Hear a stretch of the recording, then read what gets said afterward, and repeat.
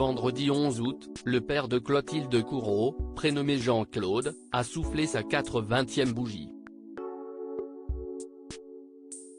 À cette occasion, l'actrice a tenu à lui adresser un tendre message sur son compte Instagram.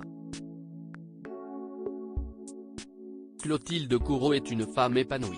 Depuis plusieurs dizaines d'années, l'actrice file le parfait amour avec Emmanuel Philibert de Savoie. Le 25 septembre 2003, le couple s'est marié à la basilique Marie des Anges et des Martyrs à Rome devant pas moins de 1200 invités.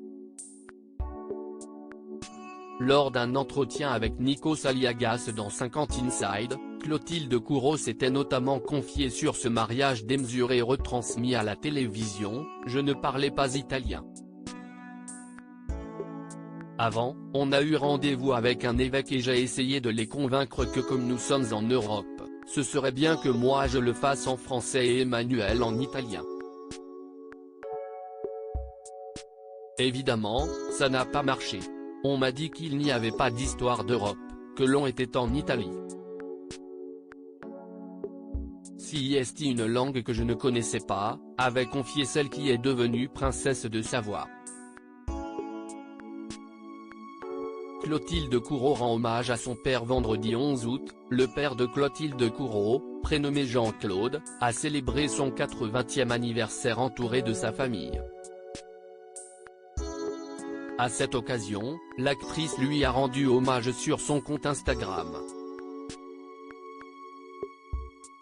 Le vieux, l'ancien, le daron, le géniteur, papa. 80 ans, aujourd'hui, a-t-elle écrit dans sa story, en joignant à ces quelques mots un cliché en noir et blanc du père de famille. Lors d'un entretien accordé à Psychologie Magazine, Clotilde Courreau s'était confiée sur son père qui a été une figure importante dans sa vie.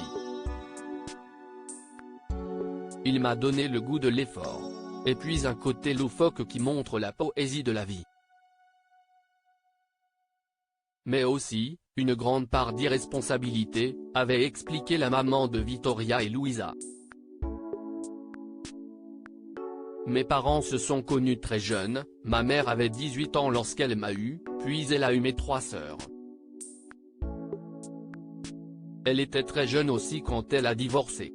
Mes parents étaient 2 personnes blessées qui nous ont donné beaucoup de force, mais nous ont transmis aussi leurs faiblesses, avait-elle ajouté.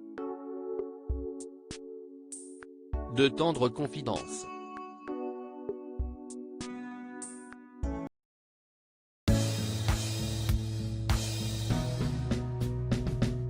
But there's all times through the rough times